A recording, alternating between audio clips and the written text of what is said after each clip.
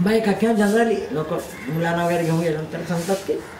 याच्यावरती कोणीतरी करणी केलेली आहे मुलांच्या बाबत, ताप येतोय किंवा आजारी आहे, मग तो लिंबू आणायला सांगतो आणि लिंबू असं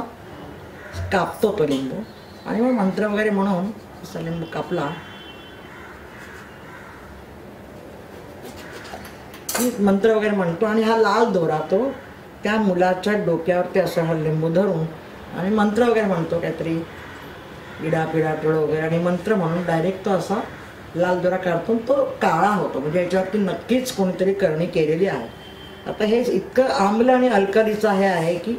याच्यातलं असलेलं लिंबातलं आम्ल आणि त्या रंगारंग